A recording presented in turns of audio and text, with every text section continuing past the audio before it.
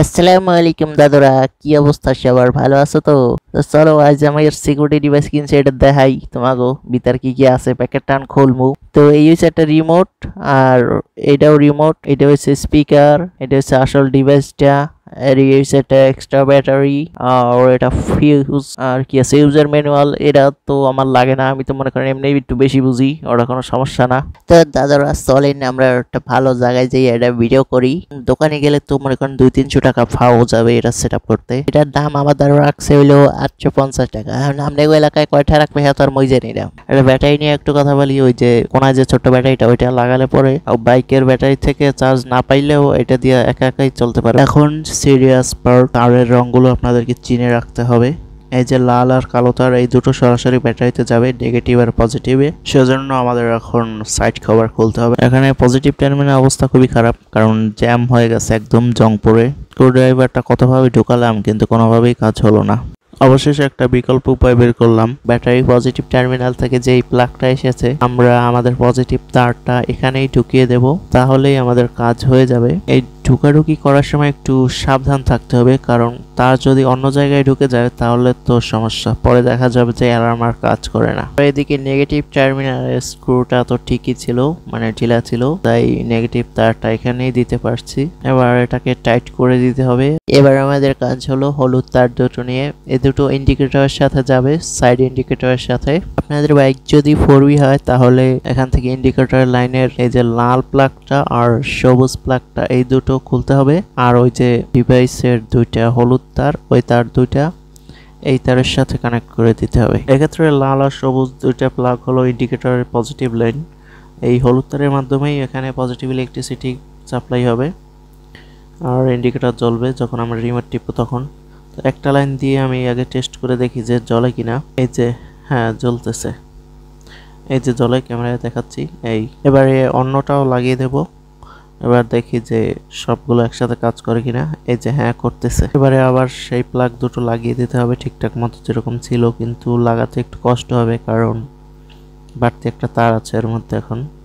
এবার ডিভাইসটা রাখার জন্য একটা ভালো জায়গা খুঁজতে হবে যেখানে কোনো চাপ পড়বে না এটার উপরে, কারণ যদি অতিরিক্ত চাপ পড়ে তখন দেখা যাবে যে ভিতরের সার্কিটটা ভেঙে গেছে, আর তারপরে তো মারা। অবশেষে ঠিক করলাম যে এটা এই যে মাঝখানের দিকেই রাখবো, কারণ দুই সাইডে রাখলে সিটে চাপা পড়ে। আর সাইডে শুধু অ্যালার্মের এটা দিব, স্পিকারটা, যাতে সাউন্ড ঠিকঠাক মতো বাইরে আসতে পারে।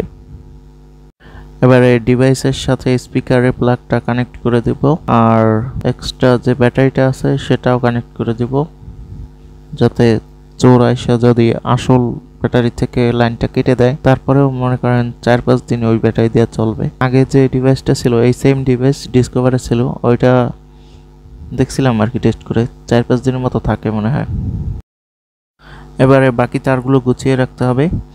আর এই তারগুলো কোথাও কানেকশন কেন দেয়নি সেটা একটু বলতেছি আপনাদের। এই যে নীল তার যেটা আছে, এটা দিয়ে মানে বাইক রিমোট দিয়ে স্টার্ট করতে চাইলে ওইটা স্টার্টিং এর ওইখানে দিয়ে দিতে হয়, তাহলে রিমোট দিয়ে বাইক স্টার্ট করা যায়। কিন্তু ওইটা আমার খুব একটা প্রয়োজনীয় মনে হচ্ছে না। আর একটু ভয়ও থাকে যে ধরেন রিমোটে চাপ লেগে যদি ঘরে বসে আমি বাইকটা অন হয়ে যায়, অন হয়ে পড়ে থাকে রাস্তায়, তখন সেটা কেমন হয়, এই চিন্তা করে আর কি আমি ওইটা দেইনি। আর একটা হলো ওই যে ধূসর কালারের যে তার, এইটা সিডিআইতে লাইন দেওয়া যায়। সিডিআইতে দিলে পরে যখন আপনি রিমোট দিয়ে বাইকটা লক করা থাকবে তখন আপনার বাইকের অরিজিনাল চাবি দিয়েও আর এটা চলবে না।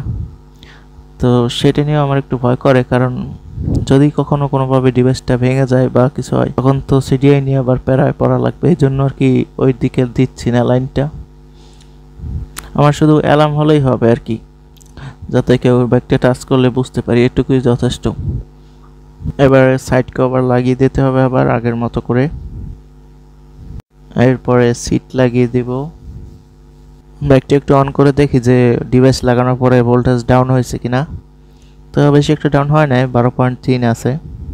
অনেকে বলে যে এইসব লাগালে নাকি ব্যাটারিতে সমস্যা হয় বা ব্যাটারি ডাউন হয়ে যায়, কিন্তু আমি ডিসকভারে ওই সেম ডিভাইস ব্যবহার করতাম, তেমন কোনো ব্যাটারি ডাউন হয় না কোনো দিন। মানে রেগুলার ইউজ করলে কোনো সমস্যা হয় না, সেটাই মেইন কথা। এখন ফেলে রাখলে তো সমস্যা হতেই পারে।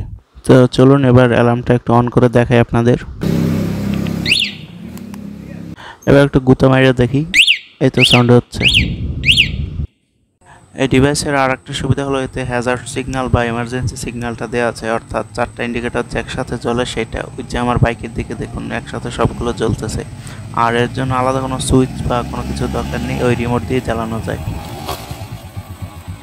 আর যারা নতুন ভিডিও দেখতেছেন তারা চ্যানেলটা সাবস্ক্রাইব করুন, বেল বাটন টিপ দেন, কমেন্ট হান্দাই দেন। Okay, by.